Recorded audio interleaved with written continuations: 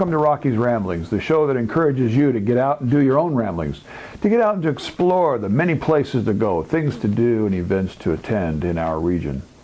I'm Rocky Rockwell, the host of the show, and today we're going to do something a little different. We're going to combine two different topics. First, we're going to go to Jamison Mill Park on Philpott Lake. They've been working for a number of months, even years, on replacing the entrance bridge there. We've got an update on that project, and I wanted to bring that to you. But then we're also going to go and we're going to talk to the Ruritan clubs about their Saturday morning breakfast. It's a very important thing that happens in our community. So I hope that you'll enjoy the show. Let's go first to the Jamison Mill Park Reconstruction project. Well, I'm at Jamison Mill Park, a park that we've been looking at for a while. I've been promising you a look at the building of the new bridge, and as you can see behind me, the bridge is finished. So let me give you some basic history of how this happened. Here you see the bridge as it was before the project began. As you can see, it's a culvert bridge, 6 small round culverts that allowed the water to go through, but during heavy storms those culverts would plug up and the water would go over, bringing all kinds of debris. The Corps of Engineers made the decision that this was just too dangerous, so they closed the park until this could be replaced.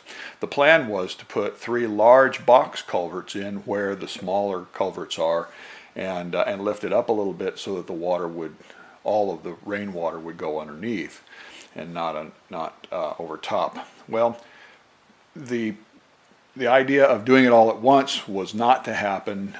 There just weren't enough resources to do that. The Corps of Engineers could not pull it all together. So the idea was then to purchase all of the components, which meant getting them all into the park and storing them there, and then try to get a partnership together to put the bridge in down the road. So here you see the crane and the trucks bringing all of the components into the park to store them there while the Corps of Engineers worked to try to find a partnership. Well, that partnership never happened. So that eventually the Corps of Engineers, with a separate allotment of money, came up with a contract to put the components in. This came about because, partly because there was an option to lease the park to the Franklin County Parks. They wanted the park as part of their system, and so the Corps of Engineers agreed to get that bridge finished so that the county wouldn't have that nightmare hanging over their head. And that's exactly what has happened. That lease is going forward now. So this coming spring, Jamison Mill Park will open as a county park. All right, the first step was to dig the diversion channel, and you can see that's what I'm pointing to here, so that they could divert the water around the project and begin the process of replacing the bridge. Here you can see them actually digging that ditch. The old bridge is still in place. They haven't started to touch that yet. They've got to get the water out of the way first. All right, here's a look at the whole project as it's beginning to develop. You can see now they've got the southern wing walls for the new bridge in place. You saw the diversion channel taking the water around, giving them a chance to work. And you can see they've got the concrete runners underneath, along with the southern wing walls.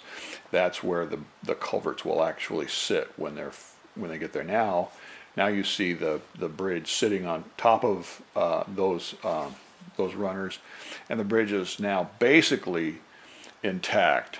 But now you'll see they're having to close off that diversion channel, and as you can see, they made the decision that they needed to put off a concrete cutoff wall to keep that from becoming a problem under a heavy storm. Here you see that concrete cutoff wall being formed.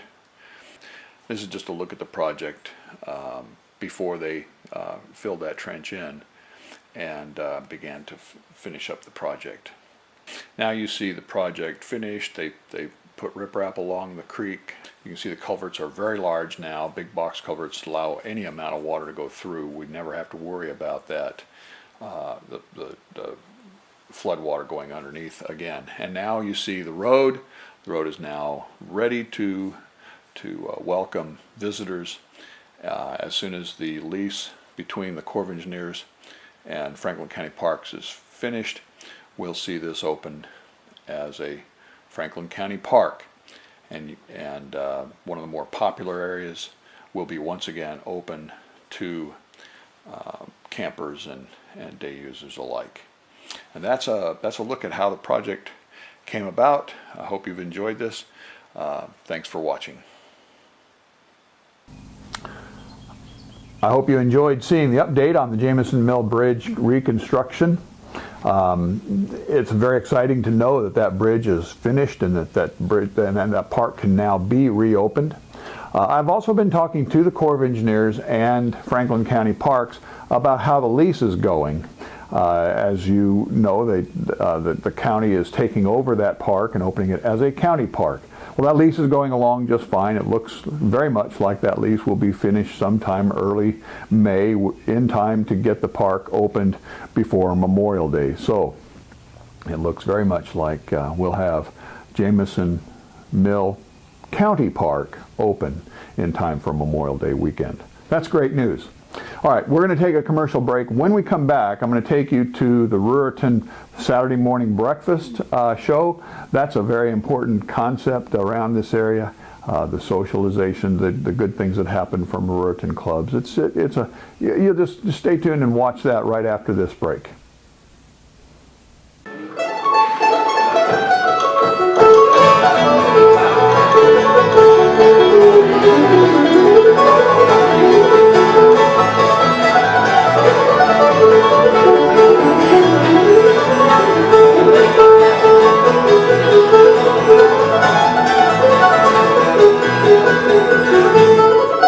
Welcome to Rocky's Ramblings, the show that encourages you to get out and do your own rambling and to see the wonderful things that there are to do here, the places to go, and events to attend.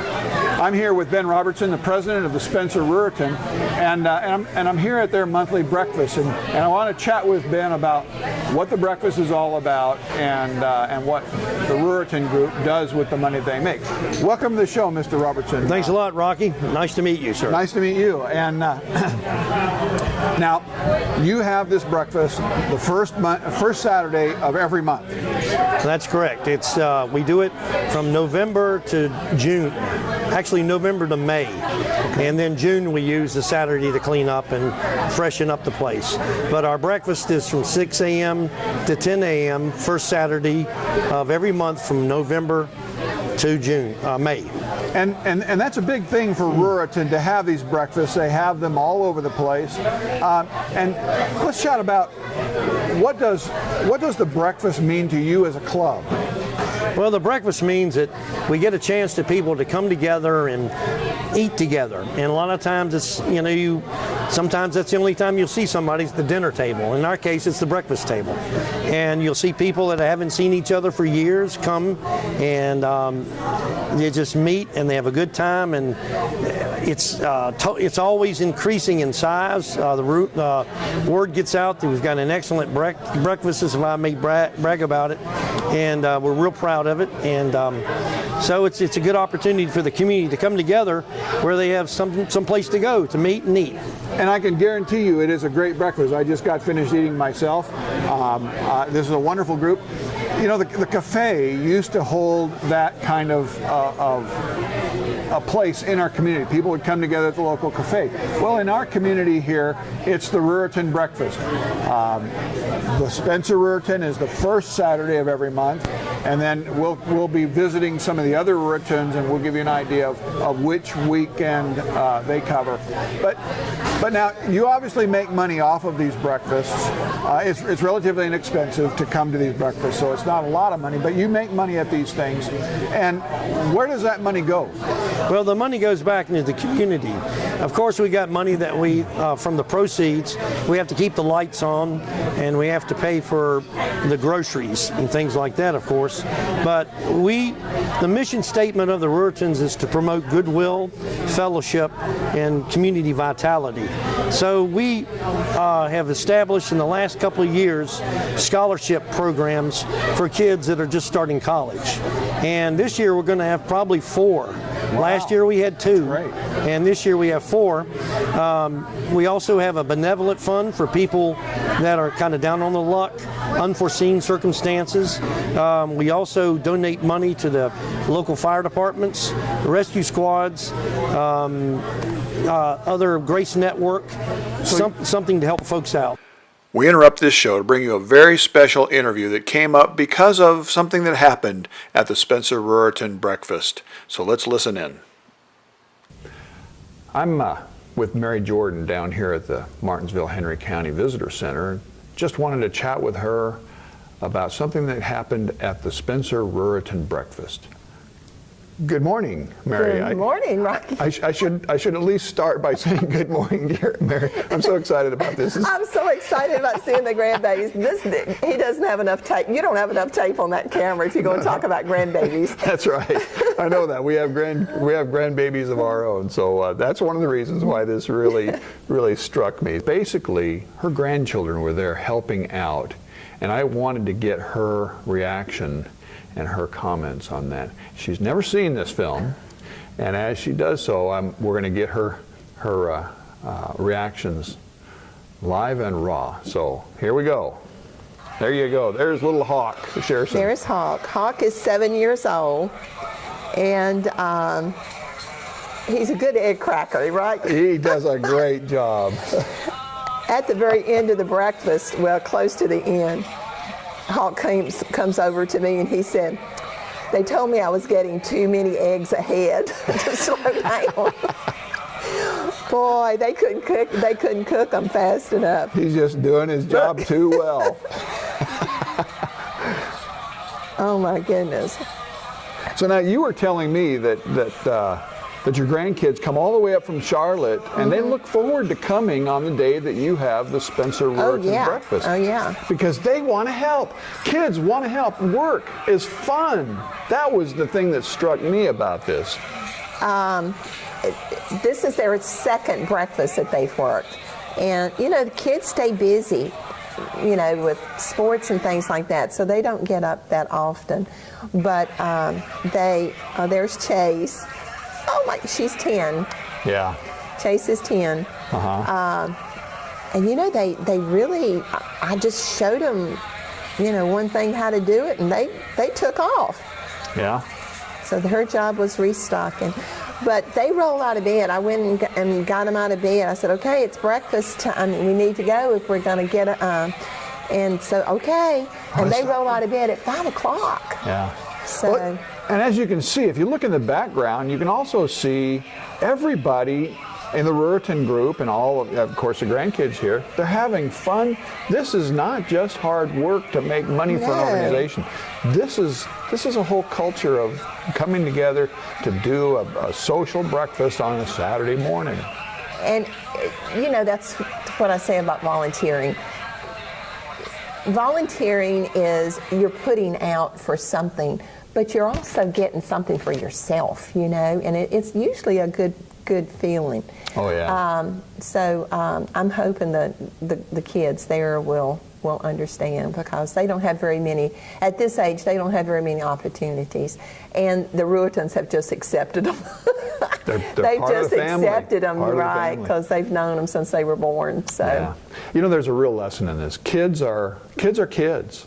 And they will develop work ethics based on what we as adults share with them.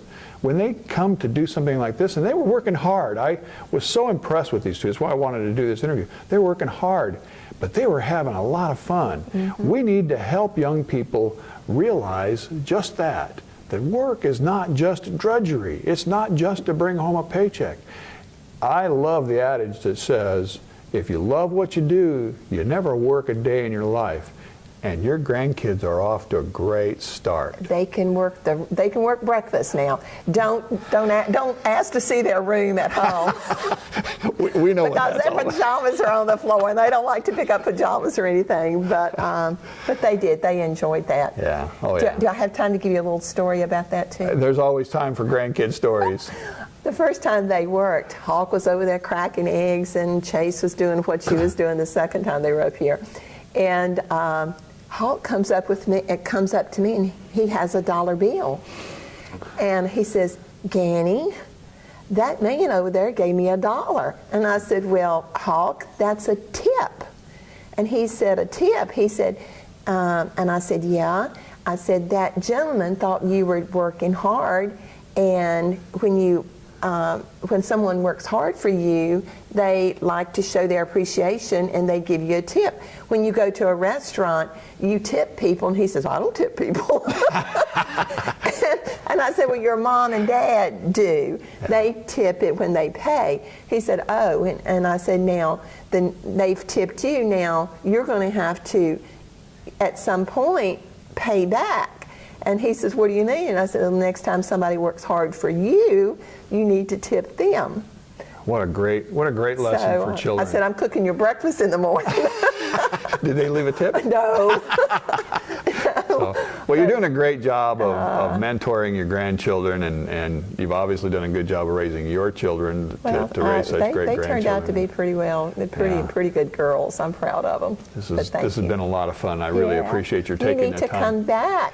I got you on the calendar. Okay. I'll be down there. All right. These Ruritan breakfasts, you just don't know what they're all about till you get there, meet a few people, spend some time chatting with them, and getting a really great breakfast for a good price, knowing that money goes. Because the Ruritans do a lot for the community. A lot of really good things. So, all right, we're going to take off now. Thank you. Now back to the regular program to enjoy some of the social atmosphere of the Spencer Ruritan Saturday breakfast before taking a commercial break. When we return from the break, I'll be at the Bassett Ruritan Club Saturday breakfast, which is held on the second Saturday of every month. So you don't lose. I'm in your pocket so you don't.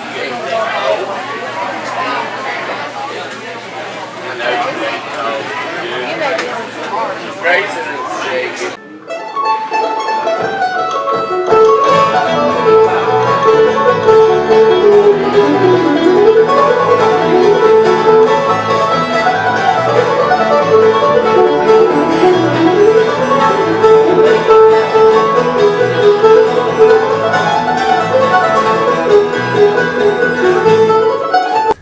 Welcome back. I'm here at the Bassett Ruritan breakfast. Before you start a good day of rambling, you got to start with a good breakfast. I'm here with Joe. Joe, welcome to the show. Joe is the treasurer of the Bassett Ruritan group, and we just finished the breakfast. As you can see, the hall is almost empty at this point. Everybody's had a wonderful breakfast and is going about their time. And I'm doing these at Ruritans all over the area, and what I'm trying to do at this point is get an idea of the money that you make from these breakfasts. What do you do with that money? A lot of it goes to scholarship. We send several kids get a tuition, for not a full tuition, but a certain amount of money. We help the needy people in the area. We've cut wood for people. Oh, that's a good thing. We've bought fuel for people. We've bought groceries for people. Help out at the Harmony Hall with Christmas gifts. And oh, that's a good thing. We've done several gift givings around Christmas time. If anybody's shut in, we can take them a meal.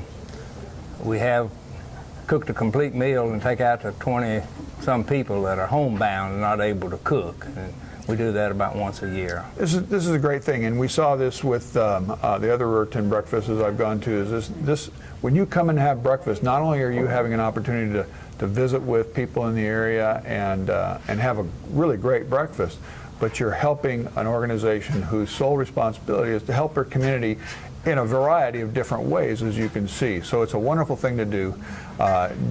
Joe, I really appreciate your taking time to speak with us, and And we wish you well as your Ruritan group continues on. If you're interested in the Ruritan groups, there's all kinds of places where you can get more information on that.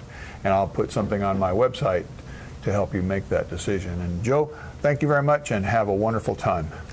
Thank you, brother. And the one in the park. She's still out there. Nope. Pull the plug. How many years you get in? 38. 38. Eight of them here. 8 of them here. Well, you got it made. Good income. Yeah, it's a good. Now, is that fall under VA? No.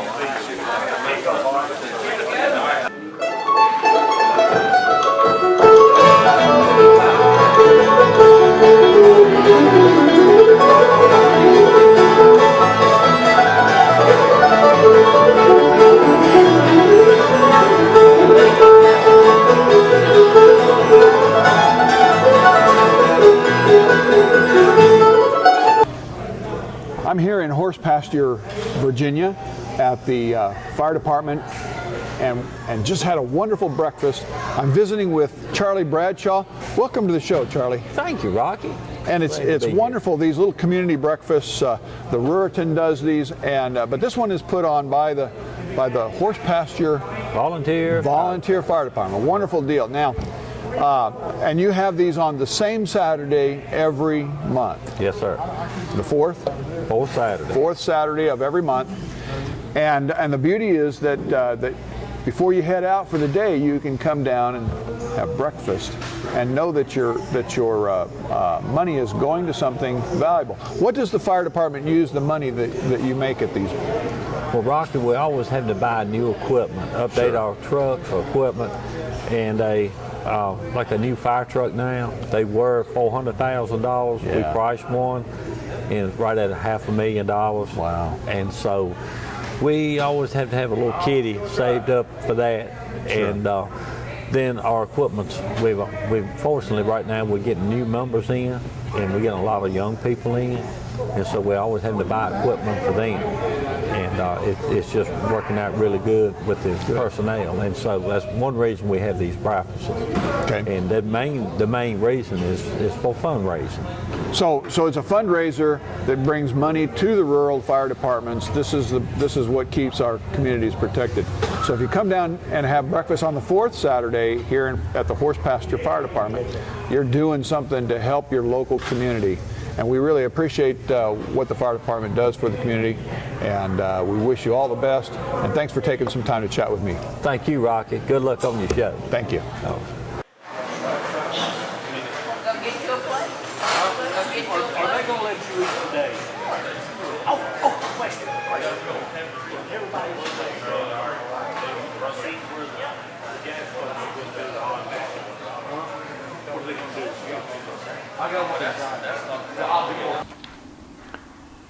Well, that's our show for this week. I hope you've enjoyed seeing both the update on the Jamison Mill Park situation and the Ruritan Saturday morning breakfasts. I hope that you'll ramble out to see things for yourselves. Get out and take advantage of those breakfasts. It's a great way to get a good breakfast before you head out on your weekend of rambling, and it's a good way to help the local community as well. All right, as I go, I also want to encourage you to make sure you're driving a safe, well-maintained vehicle when you're out on your ramblings. Make sure you get there and back safely. And here's your defensive driving tip for the week. Speed limits. They mean something. Research shows that it's not so much speed that causes accidents, but the difference between the speed of different vehicles. If we were all driving within about 5 miles per hour of each other, all of the drivers would be able to better decipher and anticipate what's happening between the vehicles, and there would be less accidents. That's what the research says. So honor the speed limits, be courteous to your other drivers, and take care. So there's your defensive driving tip for the week. Until the next episode, here's wishing you safe rambling.